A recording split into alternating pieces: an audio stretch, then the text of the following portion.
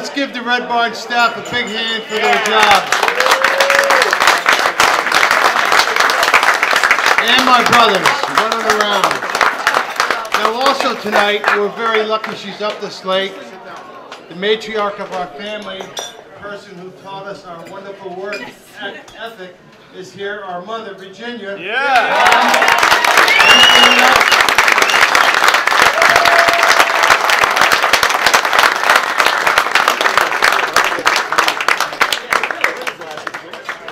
And the oldest ex-worker from the Arrow, who happens to be my godfather, my Uncle Ben over here.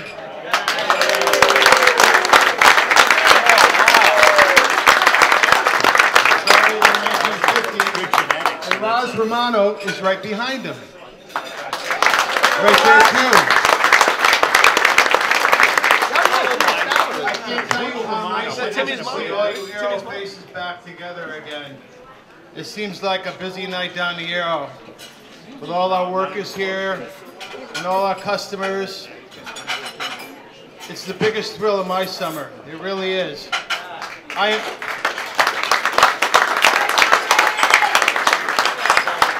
I'm going to cut down my speech because so many of you want to get up here and tell stories.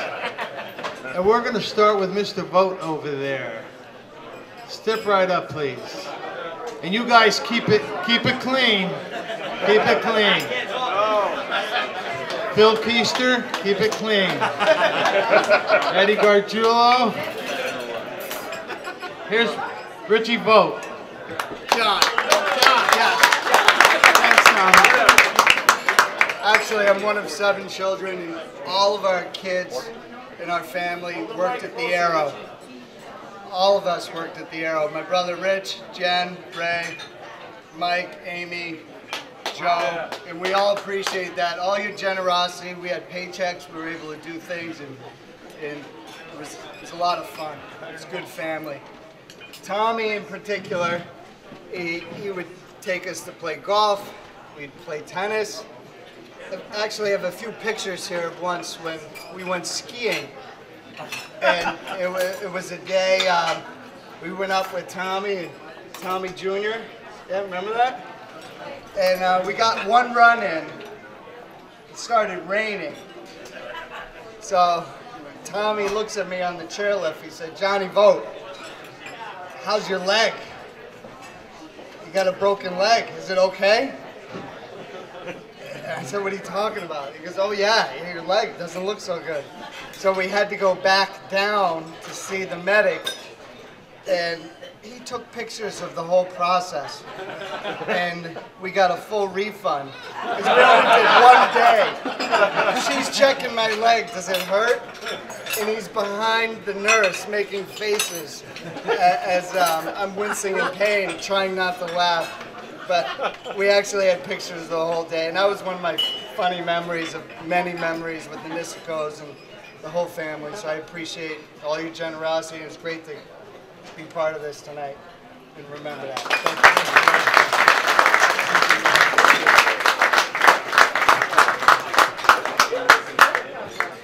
you. Now, our family was very unique, and my uncles and my father would hire any young person that needed a job. And it just so happens that not only one from the family would come for a job. Like Ray just said, there were 7 in his house. The Fallon family, there was how many, Chris? 5 in the Fallon family, 3 in the Gargiulo family, 4 in the Kalin family, 3 in the Radiola family. Eddie Fuchs? That was just me. Just you. Just Eddie. That's enough. Who am I leaving out?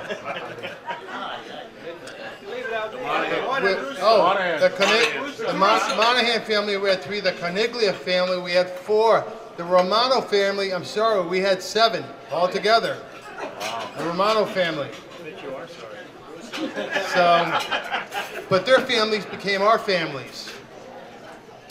And they worked their way through school, and we're very proud of them. Every one of them became a success, as you see tonight. You all look great. Phil Keister would like to amuse you right now. Keep it clean. Excuse me.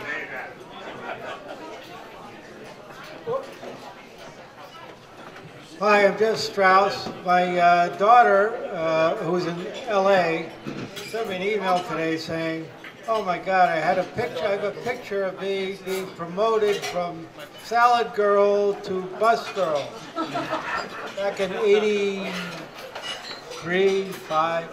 But that's not the reason I'm here. I want you to know that the Nisco family actually invented takeout.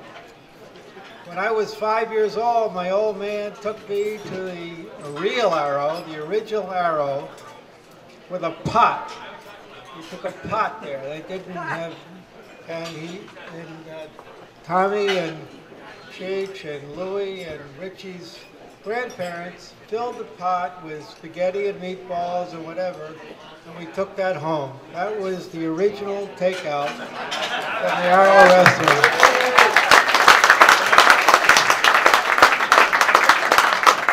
Thank you, Jeff.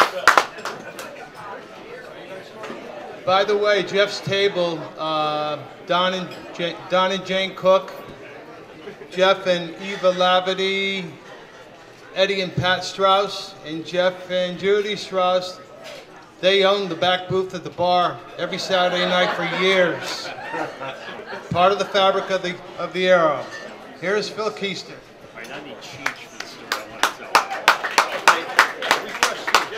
All right, we need Cheech for the story that I want to tell. So I'm Phil Keister, and I am Arrow class of 1973 to 1977, plus Longshore 1977. I started as a busboy thanks to Ed Gargiulo, and some of my classes here, Gary Radiola and Ed Fuchs. So some of my closest friends from Westport were from the Arrow. And I started as like probably most people, one of 1,000 busboys who started at age 17, afraid of the Nistico family. They were a fierce group. I just did what I was told. I didn't make eye contact. I just said yes, I'll do whatever, no matter who it was. And Tommy, who's probably 6 years older than me, and Cheech maybe a little more, they were like grown-ups, and they were these fierce, they were role models, but we were terribly afraid of them. And most of the stories I want to tell, Tommy has said I can't tell, but there's one I want to tell, but I need Cheech here for this story. So I was of the generation where Mama and Papa were, Papa just died and Mama was still there, and it was really the brothers and then Cheech and Tommy who were taking over the restaurant, and Cheech really was the fierce, authoritative one that we were all afraid of. And Cheech never smiled. He never smiled. He was very serious. And we were very afraid. If he looked at us and said, "Go ahead, clean, 1-1," we were like, "Yeah, okay, right away." We were so afraid. So a friend of ours who's not here tonight, Robert Nathan, was the maverick. He was the rebellious one. Whereas like Ed and I were like, "Yes sir, no sir," whatever you said, yes, right away. And Gary Radiola here, he was just hiding out by F1. He had eaten a nice staff meal and he was just looking at his watch hoping 9:30 would come. But Bob Nathan, he bridled under authority, and it was a very, you did not defy Cheech. Whatever Cheech said, his word was law. So Cheech either tended bar or he might work the 2 and 3 sections, and when he worked, he would sometimes leave a cigarette in the ashtray in the window into the service bar. And Bob Nathan, because he was the maverick and because he resented authority, when Cheech would walk away, Bob Nathan would, this is a secret revealed, I've held this secret for 40 years. When Cheech would walk away, Bob Nathan would grab one of the lemons from the iced tea and squeeze it on the filter of his cigarette. He is not here tonight. I couldn't tell the story if he was here tonight. And we'd be like, "No, Bob, don't do that, Bob." And then Bob would be looking around in every direction. He'd squeeze the lemon juice on Cheech's cigarette. And we would scatter like roaches when the lights came on. Like, oh, we can't look at Cheech when he smokes the cigarette. And Cheech would grab the cigarette and go. We were like, oh, God. We would immediately go and bust every table in the restaurant. We could not make eye contact with Cheech. We were so afraid. We didn't know what would happen. We knew nothing good would happen if Cheech thought we were the ones who had squeezed the lemon on his cigarette. So I'm sure you've been wondering all these years who did it. And I tell the story. Bob Nathan is on an island off the coast of Washington State. He's not connected to the grid. He doesn't have an email address. He's safe. He's safe. You're not going back to Virginia. Well, this is just the story I can tell. All the stories I can tell. All right.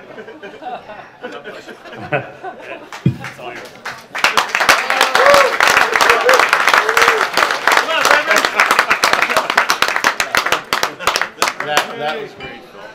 I just wanted to, before I came here, I was sitting here trying to understand why all of us were so drawn to be here today. And we have friends here that we worked with, but there's an awful lot of people here that all of us didn't work with. Maybe there's 10 people that we worked with in this crowd, but over a course of 35 years, there's an awful lot of people here that really we don't know each other. What it really comes down to is that we're all part of a fraternity. That restaurant and the people who ran the restaurant made us part of a family that we had our own families, but that was a family to all of us. And that is the thing that's important to us.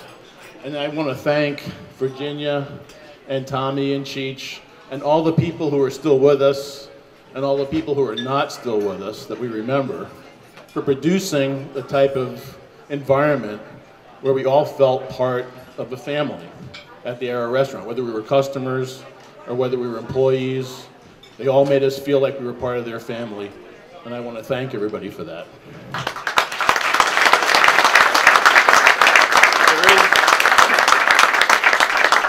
There is a story I do want to tell. Phil, I brought Phil in as a busboy. And the first day he worked, we were sweeping out one of the tables at the end of the restaurant, F9, which if you work here, you know what that was. And we swept out, and there a wallet was underneath the table. So we opened up the wallet, and there's $600 or $700 in the wallet. And Phil said, "What do we do?" And I said, "Well, let's bring the wallet to Lou." When Lou was sitting in the office, counting the money, glasses, sitting there like this. And we walked up and said, "Hey Lou, here's a wallet we found under F9. And Lou opens the wallet, and there's $600 or $700 in the wallet. And he looks up at us and he goes, "You guys take any money out of this wallet?" And we look at him and we go, "Would we have left that much money in the wallet if we had taken any out of there?" And he looked up and he goes, "No, I guess you're right."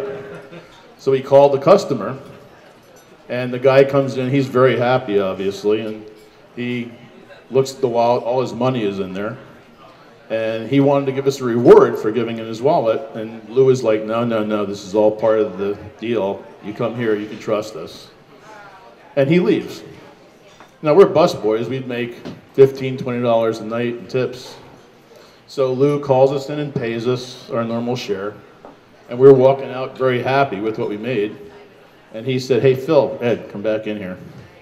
And he pulls his track money out of his pocket.